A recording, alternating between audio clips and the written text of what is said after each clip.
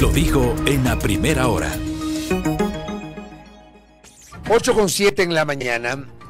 Hay una preocupación y dimos cuenta justamente en la primera parte de este espacio por parte de los gremios de médicos y de profesionales de la salud. Diario La Hora daba cuenta que los médicos denuncian un desabastecimiento en los hospitales. La nota de Diario La Hora decía: los médicos ecuatorianos no mentimos, por eso pedimos al presidente cambie la historia del sistema de salud. Esto en el marco de una rueda de prensa efectuada anteayer en Quito. Alertaron representantes de 7 asociaciones de médicos sobre el desabastecimiento que hay en el sistema de salud ecuatoriano. Se habla también del tema de corrupción en hospitales, etcétera, ¿no? Hay mucha preocupación sobre lo que está pasando en el sector de la salud. Contextualicemos esto y conversemos ahora mismo con el doctor Carlos Cárdenas. Él es el presidente del Colegio de Médicos de Pichincha. Le quiero agradecer al doctor Cárdenas por conectarse en estos minutos. ¿Cómo le va, doctor? Bienvenido, buen día. Buenos días, muchas gracias por la invitación. Siempre un privilegio poder comunicarnos con la comunidad y hacer saber lo que está sucediendo en materia de salud. A usted, gracias por aceptar esta entrevista. ¿Hay desabastecimientos de medicamentos y de insumos en los hospitales públicos otra vez, doctor? Esta es una historia que ha empezado hace lustros ya, varios años por lo menos, y los dirigentes de las unidades de los diferentes servicios de salud en el país que estuvieron presentes y los periodistas que pudieron estar en la reunión vieron que hubo también una parte por Zoom y ahí tuvimos más de 100 representantes de diferentes unidades del país. Sí, fueron ellos quienes le pidieron a la Federación Médica, al Colegio de Médicos de Pichincha, que les ayudemos en esta situación, porque esto no es un problema de ahora, es un problema de hace mucho tiempo que no tiene solución y que también le compete pues ahora al nuevo ministro, al nuevo presidente, para que esta cuestión se solucione. ¿Desde cuándo comenzó otra vez a sentirse esta situación de desabastecimiento, doctor? No, esa es una cuestión permanente. Usted fácilmente puede acudir a cualquier hospital y ver si es que no hay turnos represados para consultas o para cirugías, si es que se están entregando o no se están entregando medicación, equipos, insumos.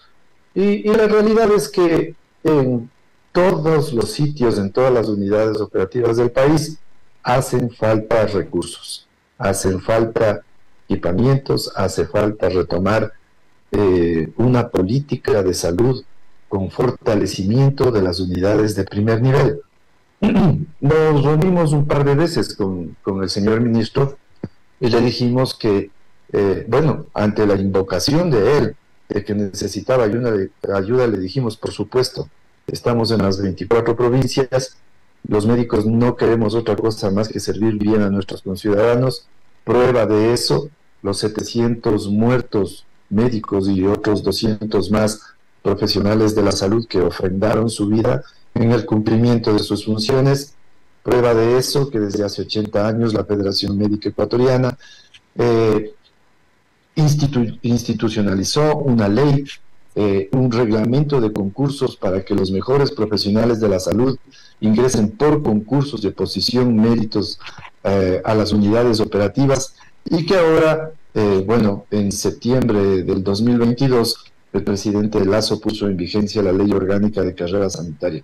Son pruebas fehacientes de que el compromiso de los médicos ecuatorianos es de servicio, es y será de servicio. ¿Sabe por qué le planteo y le pregunto el tema de desabastecimiento? Porque faltando una semana para la finalización del gobierno del presidente Lasso, estoy hablando de la segunda semana de noviembre, antes de la tercera semana de noviembre, conversé en este espacio con el entonces ministro de Salud, el doctor José Ruales, y él decía que se había logrado solucionar en gran medida los problemas de desabastecimiento. Me parece que incluso dio la cifra que el 90% de las casas de salud estaban abastecidas. Yo le pregunto si eso nunca pasó.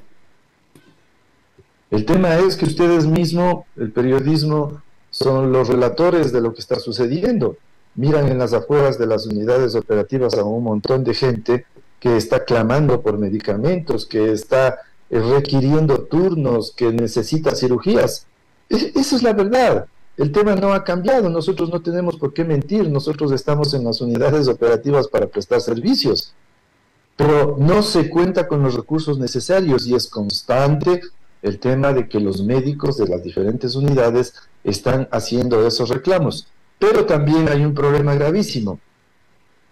Parte de todas estas necesidades son encubiertas por una gran cantidad de directores y de gerentes a los cuales obviamente no les interesa que se visualice, que se denuncie respecto a la baja operatividad o capacidad de gestionar.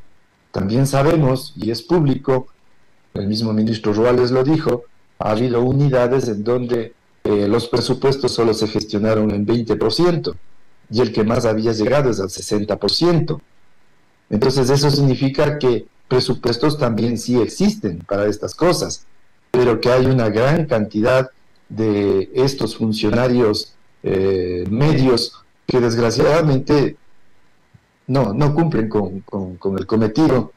Más aún, muchos de ellos se han convertido en reyesuelos, hacen lo que les viene en gana en las unidades operativas, maltratan principalmente a los médicos ecuatorianos, les dejan, les botan de sus puestos y les ponen toda clase de cortapisas a las mujeres embarazadas, a las médicas embarazadas, etcétera. Es un caos lo que vivimos, la inseguridad se ha denunciado, pero ampliamente en todo el país. Ha habido unidades en las que los médicos han sido maltratados, vejados, golpeados, las enfermeras. Recuerden ustedes, todo esto ha sido una denuncia permanente. Entonces no estamos mintiendo, estamos hablando de una crisis terrible que viven los profesionales de la salud en el país. Hablemos de los médicos de posgrado. Los médicos de posgrado, desgraciadamente, en una gran mayoría, no tienen salarios y tienen que pagar a las universidades 30, 40, 50 mil dólares por el posgrado.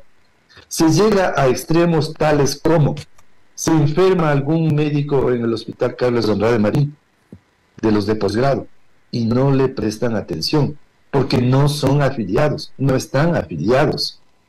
Entonces, miren ustedes el nivel de inseguridad, el nivel de maltrato, el nivel de acoso laboral, porque los médicos posgradistas trabajan 365/24. Es decir, como son un grupo de profesionales competentes que están todo este tiempo en las unidades operativas, ellos son insustituibles.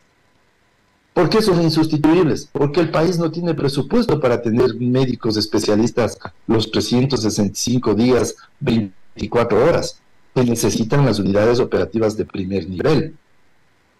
¿Y esta gente de qué vive? Si no tienen un salario, si no se les reconoce lo que la Constitución prevé, que no haya trabajo gratuito, oiga, que haya igual trabajo, igual remuneración, doctor, le pregunto si los médicos y profesionales de la salud de los hospitales públicos sí recibieron su salario del mes de enero. La verdad, no sabría afirmarle el tema. Entiendo que hay retraso en algunas unidades de 1 o 2 meses, pero les reconozco que este punto no lo conozco plenamente. Ya, ahora, también se había denunciado usted, algo acaba de mencionar, me gustaría que profundicen aquello. Hay, digamos, partidas que están allí porque probablemente el médico o el profesional de la salud se jubiló y esas partidas no han sido reemplazadas, no han sido llenadas, doctor. Me parece que en el ministerio no se trabaja de esa manera. Si habían médicos contratados y fueron ya separados, pues esa partida se pierde. Entonces, no es que queda esa partida para otro médico, no, eso no funciona así. Entonces, desgraciadamente, ahora de lo que se trata es de cubrir los déficits de médicos especialistas. Y precisamente es a través de esta ley orgánica de carrera sanitaria que está vigente desde septiembre del 2022, con la cual, y en obediencia a los preceptos constitucionales, todo funcionario público tiene que entrar por concursos y nosotros estamos pidiendo que sea así. ¿Por qué? Porque a través de los concursos vamos a evitar que los cargos, los mandos medios sean de libre remoción. Cuando son de libre remoción, usted conoce perfectamente, porque también se ha denunciado en todo el país, que desgraciadamente son producto de repartos. Entonces, cuando las cosas funcionan de esa manera, ahí es donde desgraciadamente la corrupción tiene un nicho importante de injerencia. Y sobre esos casos de posible corrupción, ¿ha habido denuncias concretas, formales, doctor? Esta es una historia de algunos lustros. Por desgracia, estos niveles están rotándose.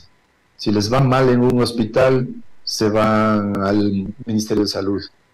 Bueno, no sé cómo lo hacen, pero tienen algo perfeccionado ahí. Si les funciona mal ahí, van al IES. Y si no, a una provincia, a otra provincia, o de repente también directo al ministerio. Entonces, eso es lo que hay que corregir.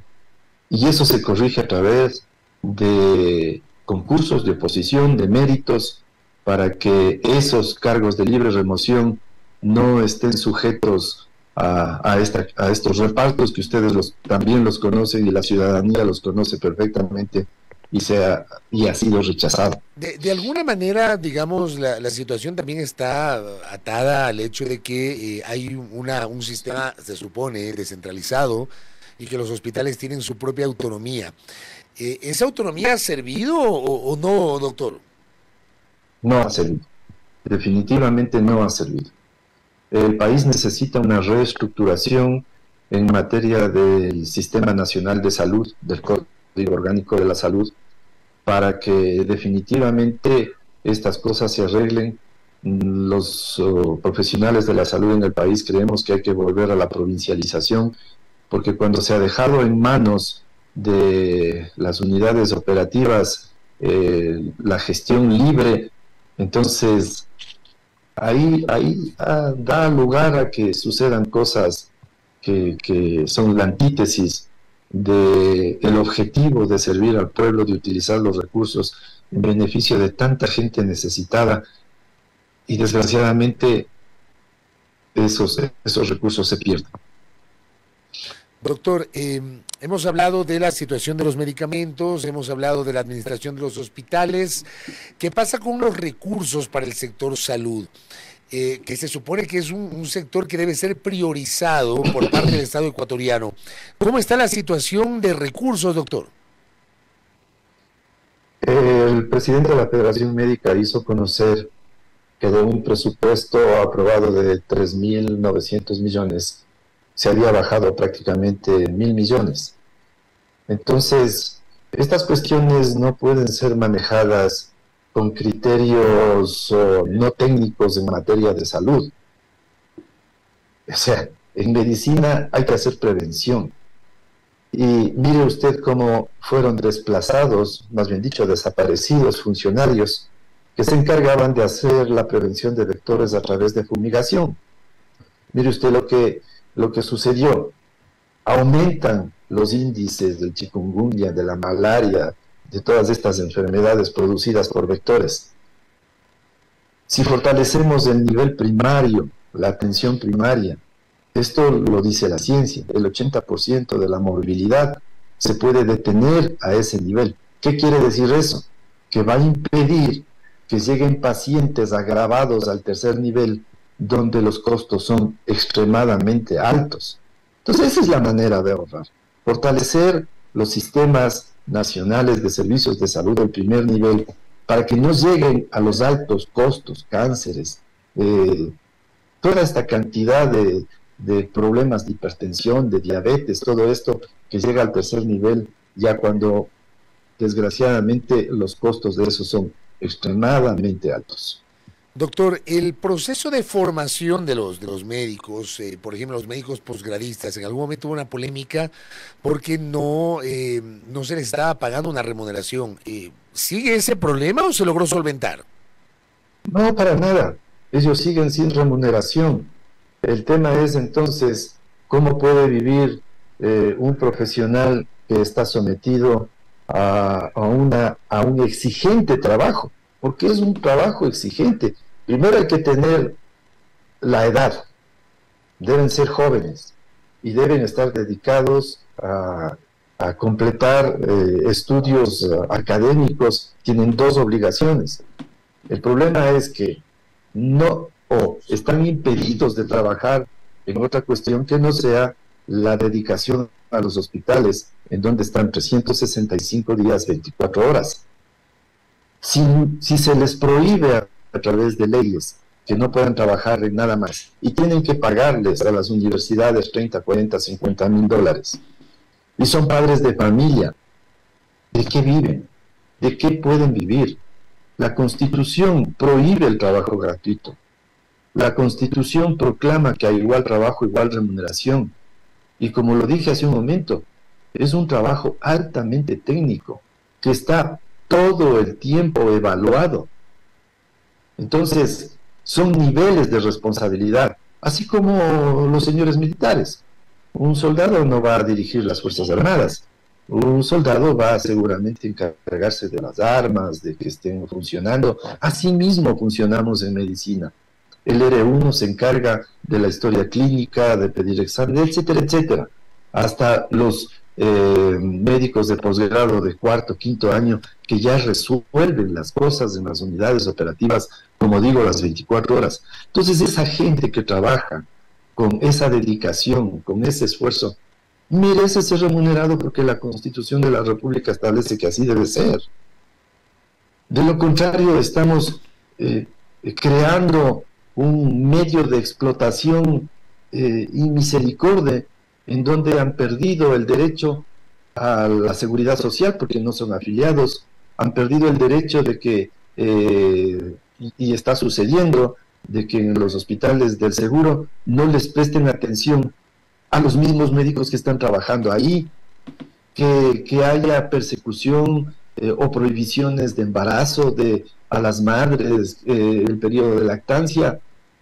Es un absurdo total lo que están viviendo los médicos de posgrado, y solo al amparo de la Ley Orgánica de Carrera Sanitaria y del reglamento respectivo que tiene que expedirlo el presidente de la República, esto va a tener un asidero legal para que no sean vulnerados los derechos de los médicos en general y en particular de los posgradistas, como está sucediendo en este momento.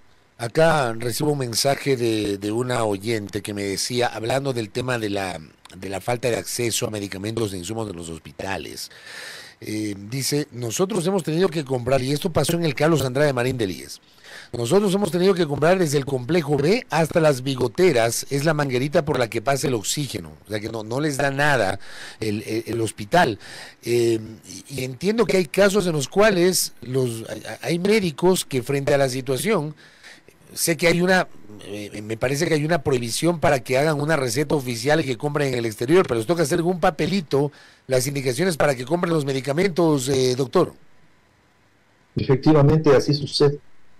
Y también sucede que los médicos consternados por las situaciones que viven, ellos ponen cuota, hacen vaca para poder dar atención a muchos de sus pacientes. Y otros desgraciadamente se quedan sin atención. Y no, el relato que hace la señora es exactamente lo que está sucediendo en todos los hospitales. Ojalá con ustedes, compañeros, que hacen conocer a la ciudadanía los problemas que vivimos, se den una nueva vueltita por los hospitales y vean lo que está sucediendo. Porque sí están engañando a las autoridades, al propio ministro. El día de la rueda de prensa, con documentos, se demostró que en el hospital Enrique Garcés del Sur estaban desabastecidos. Ahí teníamos unos documentos en los que era cero esto, cero lo otro, cero lo demás. Ayer el señor ministro ha ido al Hospital del Sur y encontró que estaba todo lleno. Pero nosotros tenemos las fotos de que empezaron a hacer un trabajo de precisamente llevar esas cajas. Para a las autoridades. Claro, ese es el problema ese es el problema cuando avisan con antelación que va a ir una autoridad y tienen todo listo. Por eso la importancia de las visitas sorpresa, ¿no? Y aún así es que siempre se filtra esa información. Por eso digo, al interior de las unidades hay un sistema que trabaja muy bien en perjuicio de los conciudadanos.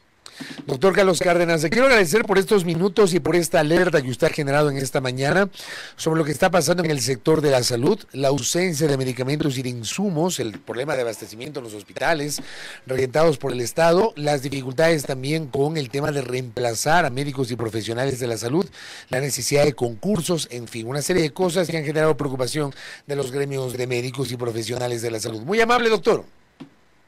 Muchas gracias por la oportunidad. Faltan algunos temas, la iatrogenia cometida por estos médicos, no médicos, extranjeros que vinieron a causar muchos problemas en los hospitales, y ayer le decíamos al presidente, por favor pidan una auditoría en el hospital Vaca Ortiz de lo que sucedió con una gran cantidad de niños con los ojitos, de gran cantidad de niños que fueron tratados por gente no preparada, reconocidos por el CENESID.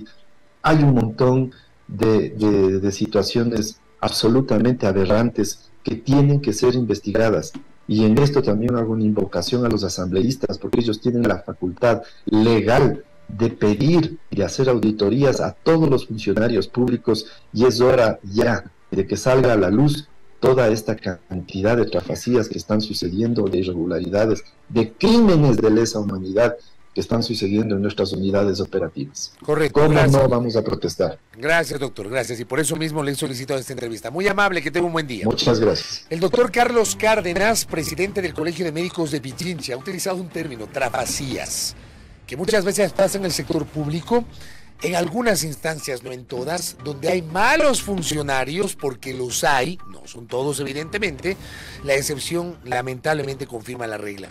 Pero en cuestiones que evidentemente son parte de la cotidianidad, la ausencia de medicamentos, la ausencia de insumos, ni paracetamol en algunos hospitales regentados por el Estado. En este espacio de noticias, por ejemplo, uno de los médicos, el doctor Guamán, me decía, ¿no? Compran en parches muchas cosas y por ínfima cuantía, nunca ha dejado de haber desabastecimiento, no tenemos guantes. Ayer se acabó el paracetamol en una casa de salud que justamente me decía el doctor Guamán. Bueno, es lo que pasa en el sector de la salud. Primera plana. Todas las noticias, todas las voces.